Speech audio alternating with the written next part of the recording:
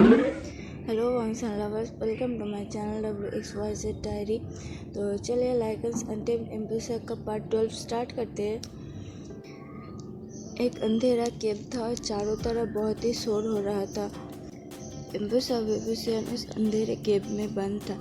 ऐसा लग रहा था कि उसे उस आवाज़ों ने अपनी गिरफ्त में लेने की कोशिश कर रहा था, उसके भ्रम को बढ़ा रहा था। थोड़ी दूर चलते हुए वेबुसियन ने कहा, लैंजन, अच्छा हुआ कि तुम अंदर नहीं आए। यहाँ इस केव के अंदर बहुत ही ज़्यादा शोर है। लैंजन, इस आवाज़ से तुम बेहोश हो जाते। फिर उस केव के अंदर से उसे एक तलवार मिली। जैसे उसने उस तलवार को केव के अंदर बाहर निकाला, तभी वो केव हिलने लगा। लेकिन जब उसने अच्छे से नोटिस किया तो वो कोई केव नहीं था, वो किसी बड़े से जानवर के पेट के अंदर था। और जैसे ही उसने उस तलवार उस जानवर के सीने से निकाला, तब उस जानवर के अंदर से बहुत ही ज़्यादा चीखे और चिल्लाने की आवाज़ सुनाई दी, जो कि वेबुसियन के कानों में बिल्कुल मौत की तरह बज रहा था। उसने अपने मन में ही उस दूसरे पर्सन के कहा, लैंजन, मैं अंदर से अटैक करती हूँ, तुम बाहर से अटैक करो। फिर दोनों ने मिलकर उस जानवर के तरफ अटैक किया। उन दोनों के अटैक से वो जानवर तो मर गया, लेकिन उसके मरने के बाद वेबुसियन पानी में और लगभग वो बेहोश हो गया। उसके सबकॉन्शियस माइंड में उसे ये महसूस हो रहा था कि वो दूसरा पर्सन उसे उस पॉन्ड से बाहर निकाला, और फिर उसने उस दूसरे पर्सन के गोदी में सर रख के सोया हुआ था। उसने सबकॉन्शियसली कहा, लैंजन, मेरे लिए गाना गाओ ना। तो फिर दूसरे पर्सन ने उसके लिए गाना गाना शुरू कर दिया। वो एक सॉफ्ट मेलोडी था। लेकिन दूसरी तरफ जब वेबुसियन ने अपने आंखें खोली लानवांग जी के कमरे जिंगसी में, तब उसे एक सॉफ्ट मेलोडी सुनाई दी। वो वही धुन था, वही मेलोडी था। और इस मेलोडी को वो जानता भी था। इस मेलोडी को उसने कई बार अपने फ्लूट में प्ले किया था। उसे यह तो पता नहीं था कि वो कहाँ से सीखा है और किसने सिखाया है, लेकिन बस उसे यह पता था। यहाँ तक कि उसके क्लैन मेंबर्स को किसी को भी उस बारे में नहीं पता था। तो फिर इस लंजा को कैसे पता चला उस म्यूजिक के बारे में? वेबुसियन अपने मन में यही सोच रहा था। तब भी उसने अपने हल्के से आंखें खोली और देखा तो उसे सिर्फ सीलिंग नज़र आया। जब उसने दूसरी तरफ अपना आंखें किया, तब उसने देखा वाइट रोब पे एक पर्सन बैठ के कुचिंग प्ले कर रहा था। वो लंजन था। वेबुसियन मुस्कुरा के लंजा को कुछ कहने वाला था, तभी उसे अपने पेट के ऊपर बहुत ही भारी महसूस हुआ। जब उसने मुख फिरा के देखा अपने पेट की तरफ, तो देखा एक लिटिल एंजल उसके ऊपर सो रहा था, उसे टाइटली जकड़ते हुए और उसके सीने पे अपना मुख रखे हुए। उस बच्चे को देख के वेबुसियन ने अपना वर्ड्स खो दिया। उसका इमोशंस भर के बाहर आ रहा था। उसे पता नहीं चल रहा था कि वो क्या करे। उसके सामने जो है वो सच में है या फिर इल्यूशन है। उसके गोदी में उसका बच्चा था। पता नहीं एक साल में उसने कितना कोशिश किया अपने बच्चे को ढूंढना। हाँ, ये बात अलग था कि उसने कभी भी उम्मीद नहीं छोड़ी, लेकिन उसके अंदर कुछ ऐसा भी था जो उसे अपने बच्चे की उम्मीद छोड़ने के लिए कह रहा था। यहाँ तक कि उसने लगभग अपने बच्चे को देखने की भी उम्मीद छोड़ दी थी। उसे अभी भी याद है जब लाइकन के रॉयल गार्ड्स ने उसे पकड़ा था, तब उसके अंदर से बची खुची चाहत और बची खुची हिम्मत भी ख़त्म हो गए थे अपने बच्चे को ढूंढने के लिए। उसके दिल, दिमाग, शरीर सब ने हार मान लिया था। उसके आंखों में आंसू आ गया जो उसके गालों से होते हुए पिलो पर पड़ रहा था। दूसरी तरफ लानवांग जी अपने आंखें बंद करे हुए गुचिंग प्ले कर रहा था और गुचिंग में वांगसियन सॉन्ग प्ले कर रहा था। जब उसे किसी की मूवमेंट का एहसास हुआ, उसे लगा कि आयुन उठ गया है, इसलिए उसने आंखें खोल के देखा। लेकिन जब उसने आंखें खोला तो उसका निगाह वहीं पे रुक गया। वो उठ के जाना चाहता था, लेकिन वो क्या करे उसे समझ नहीं आ रहा था। उसे हिम्मत ही नहीं आ रहा था वेबुसियन के पास जाने की, क्योंकि उसका आंसू उसे रोक रहा था। लानवांग जी ने कुछ टाइम लिया, कुछ सेकंड लिया अपने आप को संभालने के लिए। फिर उसने अपना गुचिन को अपने हाथ की मदद से वैनिश कर दिया और उठ के खड़ा हुआ। उसने वेबुसियन के पास जाके बेड पे बैठ गया और वेबुसियन को एक हाथ हाथ को अपने एक हाथों में लिया और अपने दूसरे हाथों से बेबीसियन के गालों के आंसू को पोंछ दिया। फिर उसने एक सॉफ्ट स्माइल दिया और बेबीसियन को अश्योर किया कि ये सब रियल है। बेबीसियन का एक हाथ लानवांग जी के एक हाथों में था। उसने दूसरे हाथों से आइवान के ऊपर हाथ रखा और उसे प्यार से सहलाया। आइवान, जो कि अभी नींद में था, उसने थोड़ा मूवमेंट किया और बेबीसियन को और भी टाइटली पकड़ लिया, ऐसा मानो कि उसका माँ का सेंट उसे बहुत ही कामिंग और सूथिंग लग रहा था। वो उस सेंट में मेल हो गया था। उसे और भी ज़्यादा नींद आ रहा था और कामिंग फील हो रहा था उस सेंट के लिए। जिंगसी के अंदर उन तीनों ही ऐसे ही रहे कई घंटे तक। बेबीसियन पूछना चाहता था कि उसे तो बंदी बना लिया गया था, लेकिन वो उस कमरे में क्या कर रहा था और लानवांग जी उसके पास क्या कर रहा था। लेकिन बेबीसियन ने भी कुछ नहीं पूछा और लानवांग जी ने भी बेबीसियन को कुछ नहीं बताया।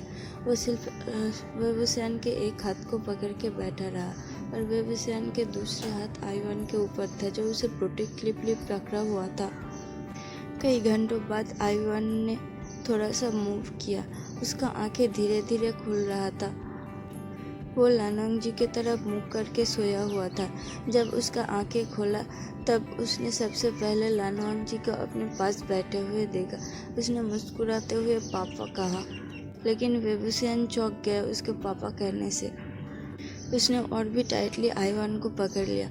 आइवान को जैसे ही अपने कमर में एक टाइट ग्रिप महसूस हुआ, उसने बेबीसियन की तरफ देखा और उसके आंखों से आंसू निकल गया।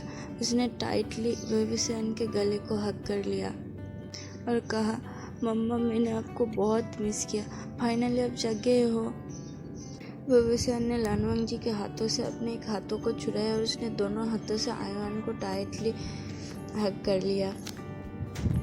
फिर उसने आइवान के चेहरे को अपने चेहरे के पास ले आया और उसे बहुत सारा किस किया। आइवान ने सेम किया। उसने अपने छोटे छोटे लिप्स को और अपने छोटे छोटे हाथों से अपने मम्मा को फेस को पकड़ा और उसे किस पे किस किया जा रहा था। कुछ टाइम के कर्लिंग और किसिंग सेशन के बाद आइवान फाइनली अपने माँ को छोड़ा और अपने पापा के पास जाके बैठ गया बेड में। लानवांग जी ने आइवान की तरफ देखा, स्माइल दिया और अब एक पाउट करके कहा, पापा को तो कोई भूल ही गया है। बेबीसियन ने इस बात पे थोड़ा एम्बेरेस फील किया। उसे नहीं पता था कि वो क्यों अपने आप को और आइवान ही क्यों लानवांग जी को अपना पापा बता रहा है। उसने उस बारे में ज़्यादा नहीं सोचा। उसे लगा बच्चा है इसलिए बोल दिया, छोड़ो जाने दो। अब दूसरी तरफ लानवांग जी का वो पाउट सा फेस आइवान को बहुत ही अच्छा लगा। उसे अपने डैड बहुत ही क्यूट लग रहा था। उसने क्यूटली कहा, मेरे पापा दुनिया के सबसे सुंदर और हैंडसम पापा है। और आइवान अपने पापा से भी बहुत ज़्यादा प्यार करता है। ये कह के आइवान ने लानवांग जी के चेहरे पे कई सारा किस किया और उसके गले को पकड़ के उसे टाइटली हग किया। उन तीनों के प्यारा सा मूवमेंट चल ही रहा था, तभी जिंगसी के दरवाजे पे नॉक हुआ। लानवांग जी उठ के गया। उधर एक रॉयल सर्वेंट आया हुआ था लानवांग जी को खाने के बारे में पूछने के लिए। लानवांग जी ने कहा, अभी खाना नहीं चाहिए, पहले भाई को बोलो एम्पेरर हिलर को बुलाने के लिए और साथ ही में एम्बुसा क्लैन के हिलर को भी बुलाने के लिए। उस सर्वेंट ने नॉट किया और जिंगसी से निकल गया। तभी थोड़ी देर बाद 5 मिनट के अंदर ही जिंगसी के दरवाजे पे फिर से नॉक हुआ। इस बार लैन सिचान, लैन चिरान, एम्पीरियल रॉयल हिलर और एम्बुसा क्लैन का रॉयल हिलर आया था एक साथ। और उन लोगों के पीछे लैन सिचुई भी था, जो कि थोड़ी दूर बाद खड़ा हुआ था। उसे अंदर आने की हिम्मत नहीं हो रहा था। सिचुई को देख के लानवांग जी को असेम्ड फील हुआ। उसे पता था कि सिचुई के मन में क्या चल रहा था। सिचुई ही वो पर्सन था जो कि उसके बेटे आइवान को लेके आया था। उसके एक बेटे ने उसके दूसरे बेटे को उसके पास लौटा दिया था, लेकिन लंजा अपने ग्रिप में इतना डूबा हुआ था और अपने बच्चे को पाने की खुशी में इतना ज़्यादा डूबा हुआ था कि उसने सिचुई को कुछ एक्सप्लेन करना भूल ही गया। कल उसे सिजू के पास जाके सिजू को सब कुछ एक्सप्लेन करना चाहिए था। इस सालों में उसने पता नहीं सिजू को कितना सारा दर्द पहुंचाया है। उसे गिल्टी फील हो रहा था। उसने आइवान की तरफ देखा जो कि अभी भी बेड में बैठा हुआ था और अपने माँ के साथ खेल रहा था। और सरप्राइजिंगली आइवान भी वेबुसेन को सिजू के बारे में ही बता रहा था, कैसे सिजू ने उसे प्रोटेक्ट किया, कैसे उसे खाना खिलाता था, कैसे उसे शॉट प्रैक्टिस कराता था, कैसे उसे घुमाने ले जाता था। सब कुछ एक्सप्लेन कर रहा था आइवान। जब आइवान ने दूर पे सिजू को देखा तो उसने गागा कह के चिल्ला के उठा, जिसका रिप्लाई सिजू ने थोड़ा सा मुस्कुराते हुए किया, लेकिन उसके होठों पे वो जेन्युइन स्माइल नहीं था, वो फोर्सफुल स्माइल था।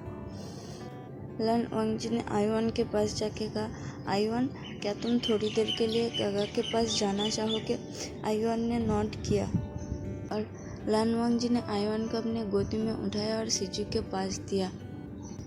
सिजू ने आइवान के हाथ को पकड़ लिया।